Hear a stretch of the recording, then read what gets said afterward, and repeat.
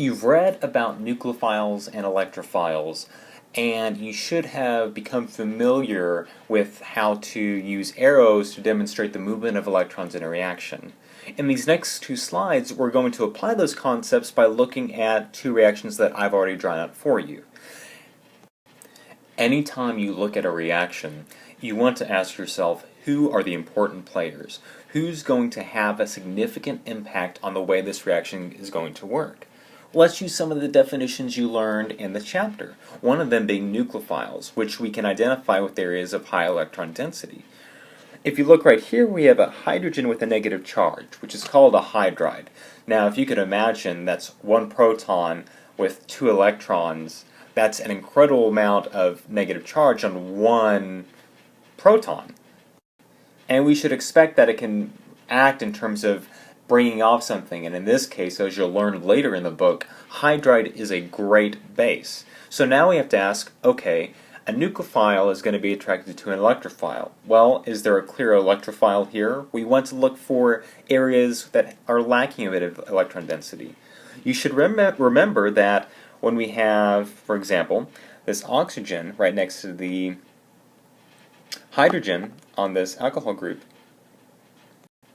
that the oxygen is going to be pulling electron density away from the hydrogen, putting a partial positive charge on the hydrogen, which would mean a partial negative charge on the oxygen, but I won't draw it. So we would expect here that, okay, this hydride could easily come through,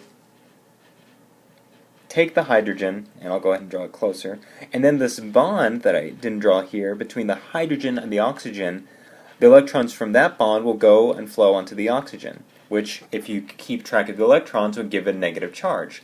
So as we go through the reaction, we see that I've drawn a minus H2 and an upwards arrow. What does that mean?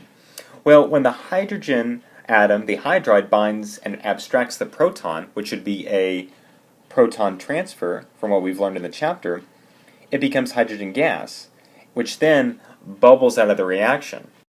And that's why I've drawn the upwards arrow right here.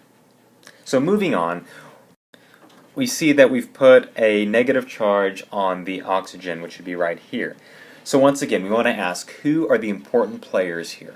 Well, if we look for nucleophiles and just start with that, we see that we have a higher density of negative charge on the oxygen, which used to be, and that negative charge came from the bond between hydrogen and oxygen. Well, now I want to think, okay, where could an electrophile be? You can see that we're actually adding this alkyl halide over here, so could there be an electrophilic group on there?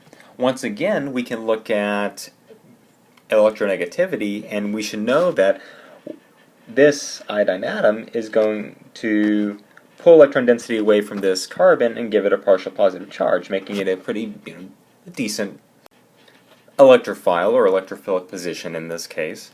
So when we want to illustrate the reaction, we know that, okay, one of the lone pairs, and usually we can also show just by connecting the arrow to the negative charge, I could have one of the lone pairs here is going to come and attack and push off the iodine. So we have nucleophilic attack, and sometimes you see it like this with the Nu to represent nucleophile and a lone pair to represent a negative charges, or a lone pair is attacking, and loss of leaving group. So I'll put loss of,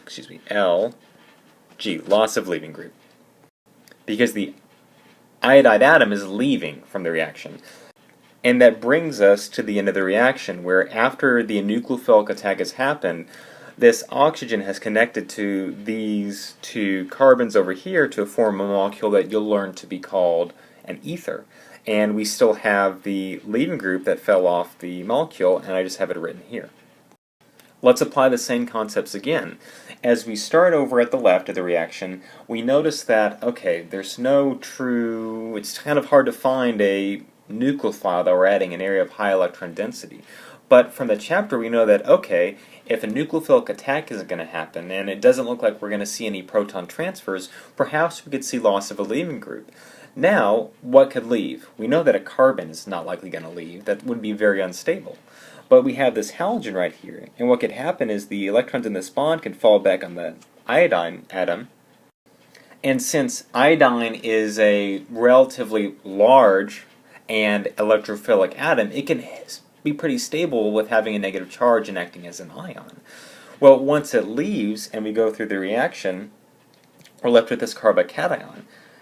Now, we would call this carbocation right here a primary carbocation because it is on a carbon atom that is attached to only one other carbon.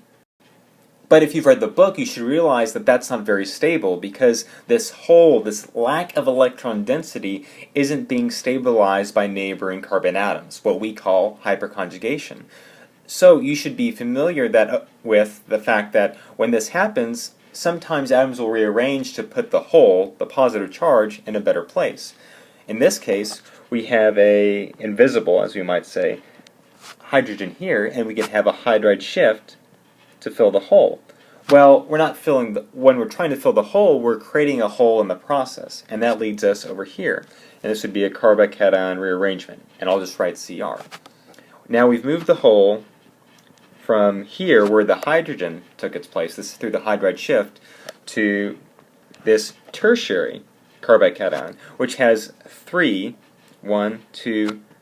neighboring carbons. This is much more stable. It's almost as if each carbon is donating a cup of sugar to the carbon in the middle that's needing some, and sugar being electron density in this case.